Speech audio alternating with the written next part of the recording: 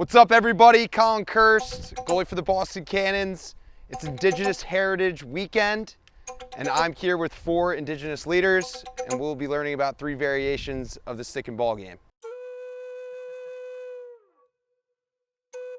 Colin, JD, good to see you. Good to see you. Yeah, absolutely, man. What I'm going to teach you about is smudging, right? It's a way that we kind of get ourselves ready for the day, ready for the game, right? We start by kind of cleansing ourselves off with the smoke. I'll be praying for you. And as you kind of smudge yourself off, just again, put your intention into it, but really get your mind right and your heart right, okay? Yep, cool. Absolutely.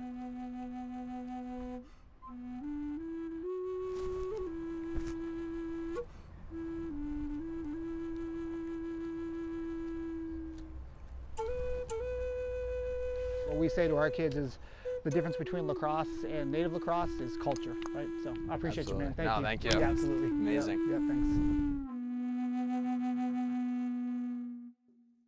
So this is our game. This was a gift from the creator.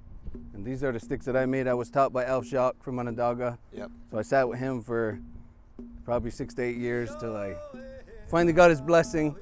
And then now I make these, and that's what I do. And what wood? All hickory. About 8 to 10 months to make a stick. You do the first bend here, let it dry. Then you do a second bend, let it dry. Then you shape it down. There's only gut wall here. It's like a rawhide, and I make it all. Do all the bending, all the carving, all the sanding, stringing. Wow. Yeah. I never remember signing up for lacrosse or all that stuff. We always had lacrosse sticks, so it was always there. You're given a wooden crib stick when you're born. So then as you grow, your maker will give you the next size and the next size, youth and then adult, and then you have to take care of it. And most people hang right onto it. Hang it in your room. As you grow, hang up all your sticks, never leave it anywhere. Yep. Don't leave it in your car when it's 100 degrees out because it'll warp.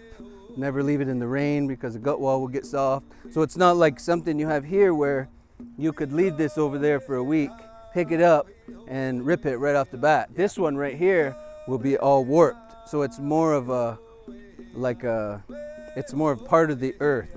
It's like a person, it needs to be taken care of. Yeah. That's amazing. As you empower the stick empowers you. Yep, gives you the ability to play the game. Yeah. Do you have like a select plot of land where you're cutting the hickory Well, trees down? Or? mostly where people have, like, say you had 150 acres and there was hickory in there, I'd say let me go in and mark some trees, and then we make a deal. This one's a little tricky. Definitely different coming out. Yeah, the weight of it, and like it's almost like it feels like it's tilted a little bit, but once you get a good groove, it sits really well. yeah, you got to put the offset in it. You put a little work in it, make it your own. Yeah.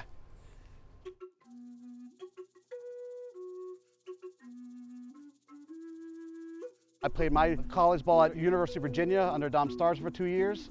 I was also able to join the Haudenosaunee or Iroquois Nationals back then with my little brother as the first non-Iroquois or Haudenosaunee people to make the team there. So it was always great to go share that with those folks up in Onondaga, specifically about the 2-stick version, if you will, because then you get into those, well, you guys can only handle 1 stick. Oh, we got 2 sticks on you right now too, so we're truly ambidextrous. So how does that work? Are you able to play I mean, we don't really or? play the mixed game like that. You'll No. see sometimes at like a wooden stick festival, they'll have different showcases of it all. But again, it is strictly a southeastern version amongst the Choctaws, Chickasaws, Cherokees, Muskogee Creeks, and the Seminoles as well too. Is it a traditional goal that you're shooting on, or? No, great question.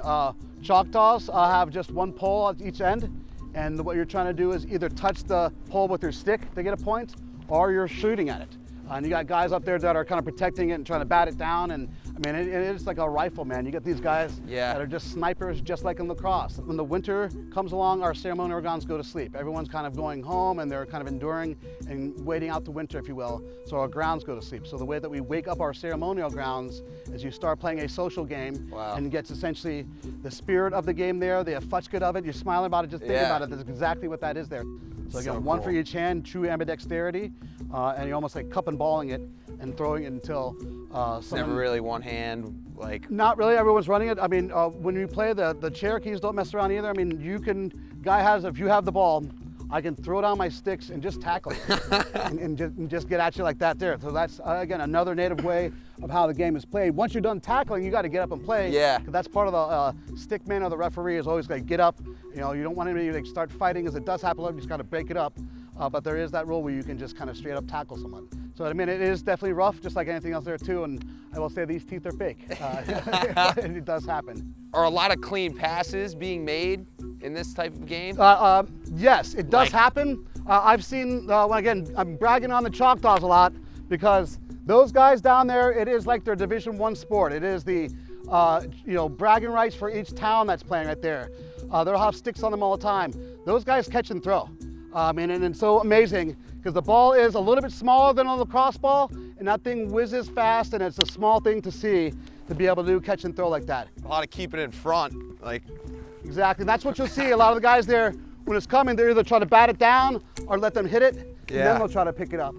So again, another relation, I guess that's just an anthropological type of shared human experience with these stick and ball games, if you will. It's so difficult I mean, you're to getting catch. it down. It is, it's a little different, but it's almost natural right there, right? It's the same idea of how you're throwing with one stick. Pretty cool. So cool. There we go. Again, oldest games in America are these stick and ball games for sure. Yeah, that's so great. And the more So we know, cool. it's like the more you appreciate the games that you're playing too. Oh, absolutely. And of course, we want this around the world, and it's done so much for a culture, to keep people alive and active.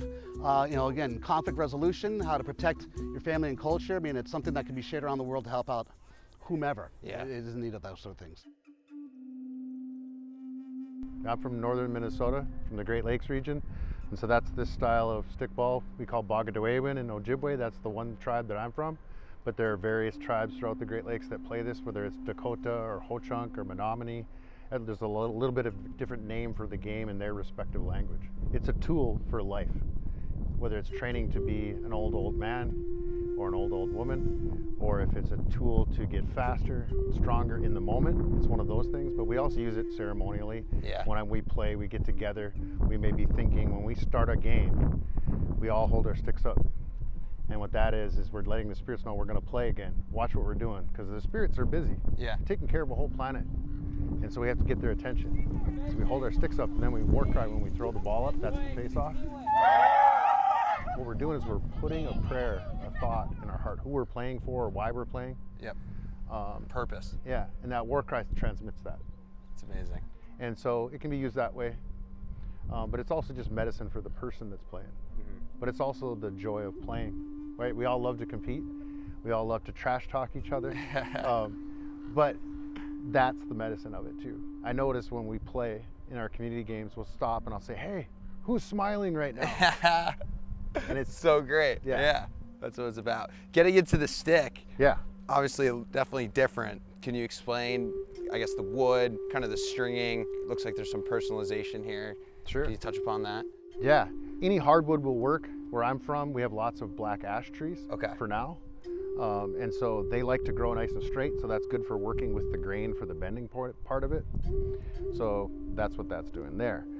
But any hardwood would work. As far as webbing, there's various webbings in these different Great Lakes style sticks. This one's pretty cool because it looks kind of like a flower or a star. Yeah. But the beauty in it is, besides being pretty, is it's adjustable. So every player, like your stick, has a different pocket, right? Yeah. So if I want to really bomb downfield, if I'm a defender, I can shorten up this webbing and adjust my flower in there, and then it's shallower and it'll chuck it way downfield. Yeah. But if I'm an attackman and I'm more in on you, Caring. I want to be able to cradle and not lose it and not think about it. I'm more worried about where I'm going. And so that varies, and so that's a personalization, is having an adjustable pocket. So there's different shapes and sizes or depths of pocket. Yeah, absolutely. And then talking about the ball, Yeah. so different from your traditional, nowadays, lacrosse rubber ball. What is this made out of, and what are the, I guess, the guts of it? I'd be remiss if I didn't tell you that it's all magic. And so and that's partly in the idea that it's specifically made for this traditional game. So someone thought really hard about the people that were going to be using it. They want them to have a long life. They want them to be well. And versus something that's mass-produced. Not that there's anything wrong with mass-produced things, but this is specifically made for this game. And so that person's good thoughts, good energy is put into the ball. So Wow. it's just a matter of preference on the ball maker, Yeah. what kind of materials they use. Wow. I gotta get a try. All right. Heck yeah. One, I gotta teach you. Can you scoop it? Yeah. All right. Just like here. Yep. Yep. But yeah, then the scoop and then the cradling is, you want to be able, you can, That's crazy. you know, you can Like stick especially check on- being in tight, like if you're the pole yeah, and I'm just here and yeah. So that's the hard part with this game is defending. But you got can, so many, and then you're just Yeah. flick of the wrist and it's out. yeah, And you make these? yes. Yep. Unlike Jack, I didn't have a mentor.